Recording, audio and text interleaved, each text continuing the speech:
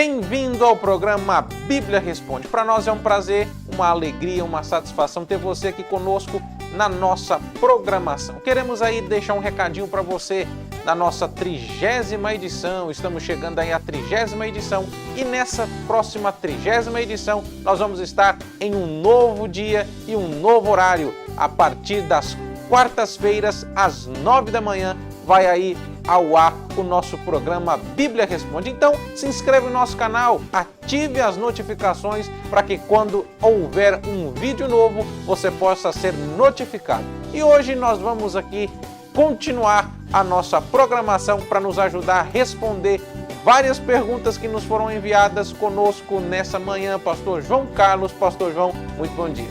Irmão Anderson, bom dia. Você que faz desta programação toda especial, receba aí também um bom dia, não é? Que a paz de Jesus possa estar invadindo o seu coração. E que bom, não é? Vamos estar aí em um novo dia e no mesmo horário, às quartas-feiras, às 9 horas da manhã, continuando a Bíblia Responde. Olha, que prazer tê-lo aqui. A Bíblia Responde. E hoje nós vamos responder 3 perguntas que nos foram enviadas. E a primeira pergunta diz o seguinte: Israel é o relógio de Deus? A você que fez esta pergunta, receba um abraço desta programação e deste programa, não é? Daqueles que fazem este programa, tá certo? A sua pergunta mexe com a doutrina do fim. Eu gosto muito dessa expressão doutrina do fim para tirar a palavra escatologia, que é a mesma coisa que a palavra igreja, não é? Que é dividido em duas, escato e depois logia. Logia, estudo, escato, fim. Tá certo? E nesta matéria, acerca deste assunto, Israel é o relógio de Deus, vai para as linhas da escatologia, e dentro da escatologia existem linhas de interpretação. Existe a linha, não é, milenista e tribulacionista. O que dizem os milenistas na ala amilenista? Porque dentro do milenismo existe pós, pré e existe o amilenismo, tá certo? Esta ala amilenista não tem Israel como relógio de Deus. Eles acham que hoje quem vai estar mostrando para o mundo o sinal é a igreja. Que a igreja se constituiu o Israel de Deus. Gálatas 6:16.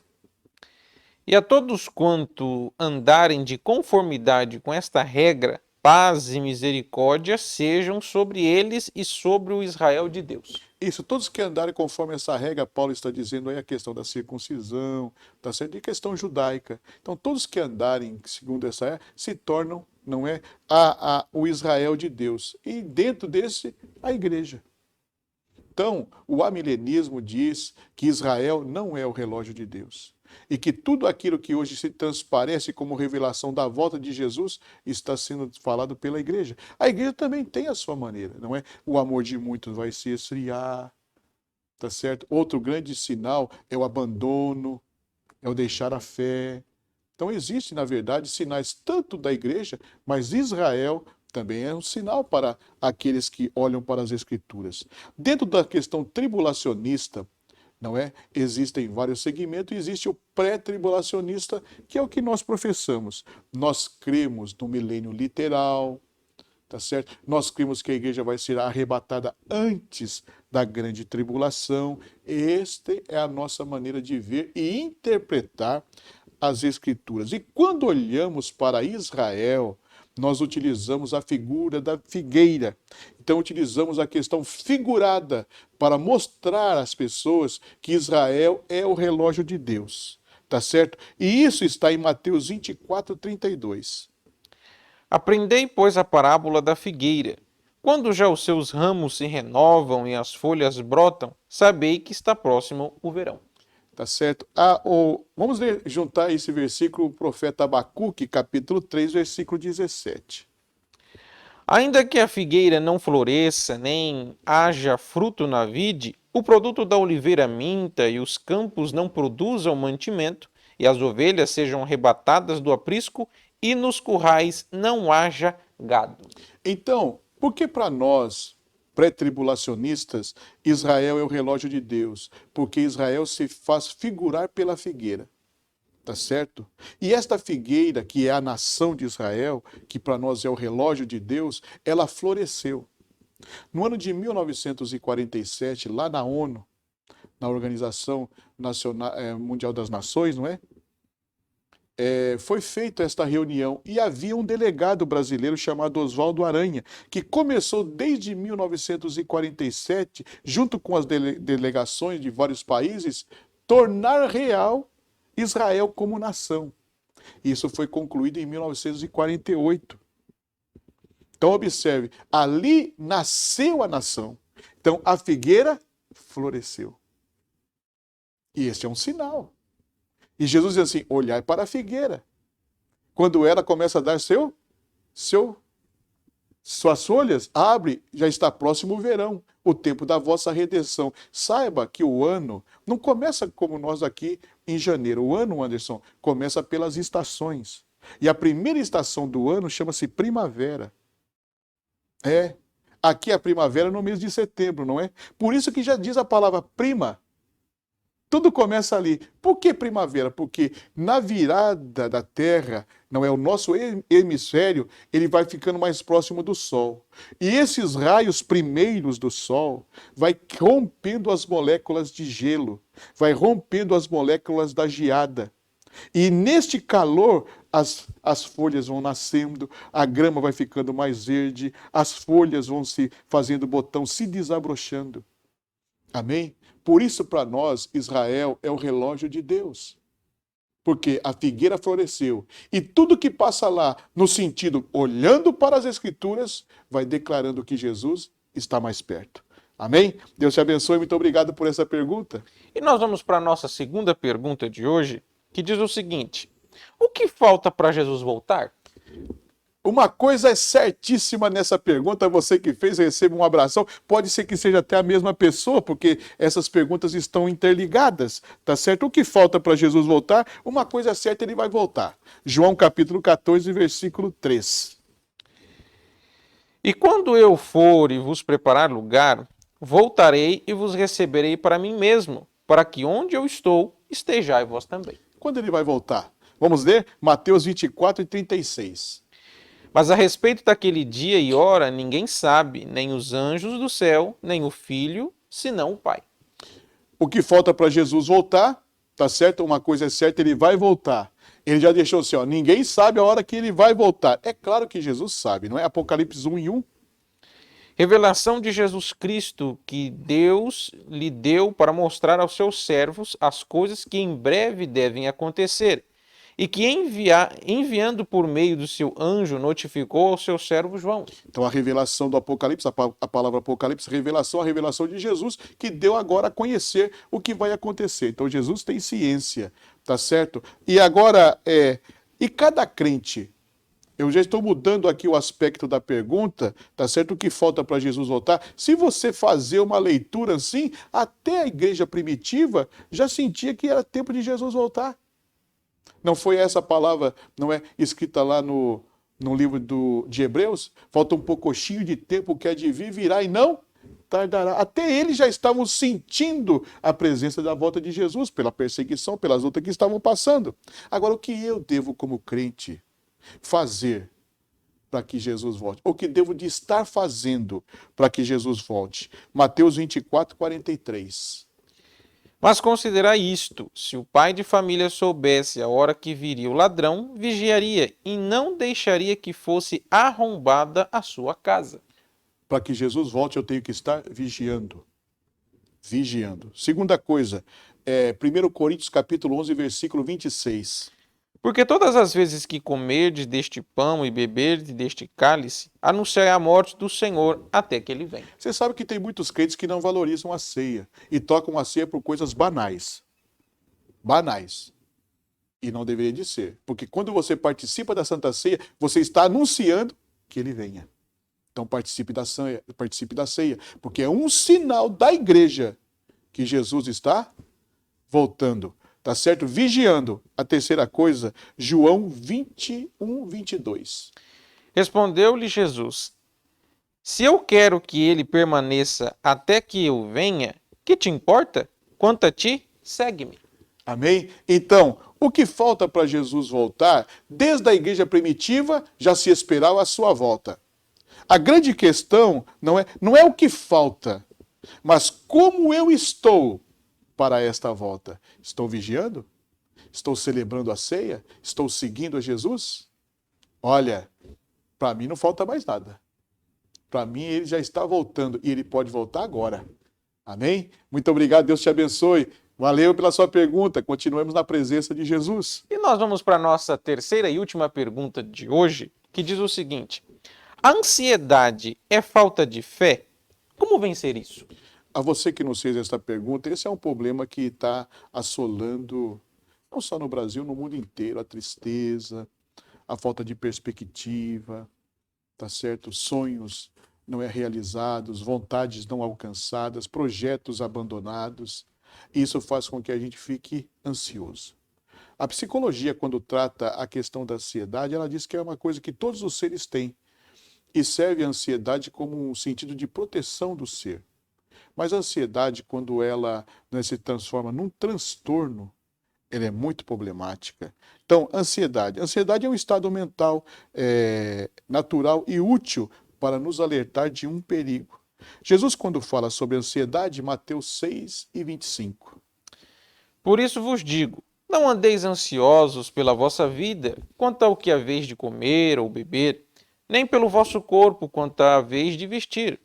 Não é a vida mais do que o alimento e o corpo mais do que as vestes? Ele vai associar esta palavra ansiedade aí com o transtorno, tá certo? Com a coisa que está acima da ansiedade, que está em 6:34. Portanto, não vos inquieteis com o dia de amanhã, pois o amanhã trará os seus cuidados. Basta o dia o seu próprio mal. Então, a ansiedade somada com a inquietação é que vai dar esse transtorno na vida. A psicologia trata 3 níveis da ansiedade. Primeiro é o nível generalizado. O que é o nível generalizado? É a coisa que acontece numa circunstância, um momento que eu estou passando. E aquele momento me traz algumas aflições. Tem pessoas que comem mais, tem pessoas que comem menos, tem pessoas que não dormem, tem pessoas que dormem demais. E aí, nisto vai fazendo o quê? Mexer com o seu humor. Isto é chamado um transtorno de ansiedade generalizada. Depois existe o segundo que a psicologia trabalha, que é a ansiedade no sentido de perder as coisas. Perder um ente querido, de mudar de casa. E aí vem um transtorno no sentido das fobias, o medo. Tem gente, irmão Anderson, e você que nos assiste, que pela ansiedade, ele tem medo de estar com gente. Tem pessoas que têm medo de subir numa escada rolante, num elevador. Tal é a sua ansiedade. Isso se dá por quê? Por uma separação. Então, o primeiro, generalizado, é momentâneo.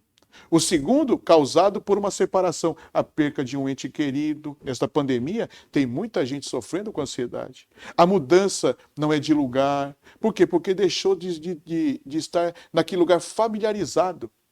É que nem casa. Quando você mora numa casa, você nem precisa acender a luz à noite, porque você sabe onde estão os móveis. Você anda por ela sem tocar em nada. Mas quando você muda de casa, até você conseguir essa percepção de tudo, então você tem que tomar tempo. E isso traz ansiedade às pessoas. A terceira ansiedade, essa já é induzida. A ansiedade induzida é quando você vai ao psicólogo ou vai a um psiquiatra e ele vai te induzir com um medicamento. Para quê? Para te trazer uma solução, trabalhar no seu humor, na sua alegria, na sua felicidade. Ansiedade é falta de fé, é falta de confiança em Deus. É muita falta de confiança em Deus. Por quê? Porque a ansiedade na inquietação, o que é a inquietação? É trazer o amanhã para hoje, é sofrer antecipadamente. Por isso que Jesus vai dizer no versículo 24, basta cada dia o seu mal, então não sofra pelo amanhã. Basta este dia. Viva ele com intensidade, viva ele com alegria. E se porventura levantar o dia mal, porque todos nós vamos passar por um dia mal, que eu tenha as forças necessárias para superar. E nessa força necessária para superar, eu preciso de Jesus. Aí que está a especialidade de Jesus, é nos dar a força e a capacidade para superar o dia mal. O dia mal vem, como veio para Abraão, como veio para Jó, como veio para Jesus aquele dia no Getsemane. Que terrível dia mal, mas supere com Jesus. Então a ansiedade pode ser também traduzida nesses versículos, não é? Vamos ler versículos 6, 31 e 32. Portanto, não vos inquieteis dizendo: que comeremos, que beberemos, ou com que nos vestiremos? Porque os gentios é que procuram todas estas coisas, pois o vosso Pai Celeste sabe que necessitais de todas elas. Tá vendo? Faltou confiança. Quer dizer, se Deus cuidou dessas mínimas coisas que a gente pensa que é nem mínima, por isso que ele é Deus. Ele não é só Deus que cria, ele é um Deus que cria e sustenta a sua criação.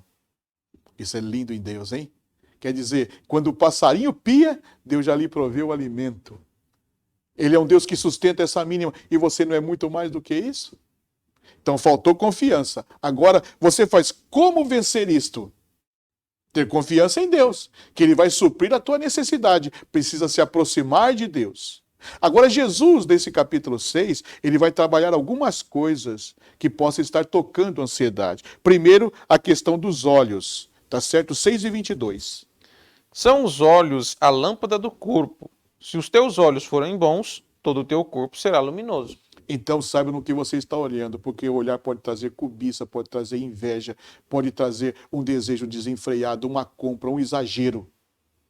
Tá certo? O que disse o livro do profeta Isaías: olhai para mim e sereis salvo. Lembra-se lá no deserto com Moisés, não é? O povo começou a ser picado pela víbora, Moisés construiu uma estátua, não é? Feita de bronze, uma serpente de bronze, e o povo era picado e olhava para a serpente e era curado, não é? E Jesus disse assim como a serpente foi levantada no deserto, assim importa que o Filho do Homem seja levantado. Olhai para Jesus. Então desfoque o teu olhar naquilo que te pode se tornar escravo. Eva pecou pelo olhar, Ló pecou por olhar, Davi pecou por olhar, tantos personagens da Bíblia. Então mude o seu olhar. Comece, não é, a conter-se. Então, o que pode trazer aqui, como vencer isto? Primeiro, tomando conta dos olhos, que Jesus pingue um colírio nos seus olhos e você possa tirar o foco e mudar esta vida, sair da rotina do olhar. Segunda coisa que Jesus vai trabalhar é 6:24 de Mateus. Ninguém pode servir a dois senhores, porque ou há de aborrecer-se de um e amar o outro, ou se devotar a um e desprezar o outro. Não podeis servir a Deus e às riquezas. Você tem que tomar uma posição. Tá certo? Porque esta busca constante da riqueza pode te prejudicar no teu relacionamento com Deus. E Deus tem que ser primeiro. Buscai primeiro o reino de Deus e a sua justiça, as demais coisas vos serão acrescentadas. Se Ele, Deus, cuida dos passarinhos, sendo você muito mais do que os pássaros, Ele não vai cuidar de você nas suas necessidades mais necessárias. Deus está cuidando. Deus está te dando vida, Deus está te dando força. Se você levantou hoje, foi porque Deus te deu. Em paz eu deitei e dormi, e me levantei, porque o Senhor me sustentou. Volte-se para Deus, tá certo? E nessa busca desenfreada da conquista, pode ser uma cobiça. Quer dizer, alguma coisa está desequilibrada. Trazida pelo olhar, porque o olho é a janela da alma. E aí então você ficou dividido. E um ser dividido vai ficar sempre na dúvida, tá certo? E a dúvida não opera a fé. A terceira coisa, Mateus 6:21. Porque onde está o teu tesouro, aí está também o teu coração. Onde está o teu coração? Está em Deus? Então mude, não é? Filho meu, dá-me o teu coração. Do que se deve guardar, guarde bem o teu coração, porque deles procede a saída da vida. Filho meu, dá-me o teu coração. E a quarta coisa, Mateus 6:26. Observai as aves do céu, não semeiam, não colhem, nem ajuntam em celeiros. Contudo, o vosso Pai Celeste a sustenta. Porventura não vale mais vós, muito mais do que as aves? Então aqui a pergunta, a ansiedade é falta de fé? A ansiedade é falta de confiar que Deus é um Deus que provê. Ele é a providência da nossa vida. Como vencer isto? Cuidando dos olhos, não tendo dois senhores, olhando para o coração e entregando total e completamente em Jesus. E voltar a confiar. Assim como Ele cuida dos pássaros, você é muito mais do que os pássaros. Deus vai cuidar de você. Deus te abençoe, muito obrigado por essa pergunta e até a próxima quarta-feira, às 9 horas da manhã, aí junto com você. E se você tem alguma pergunta, alguma dúvida e deseja aprender através da Palavra de Deus, todas as suas perguntas serão respondidas através da Palavra de Deus. Entre em contato conosco, faça a sua pergunta, está aparecendo aí na sua tela. Faça a sua pergunta, tire todas as suas dúvidas e se você deseja nos acompanhar, inscreva em nosso canal, compartilhe com seus amigos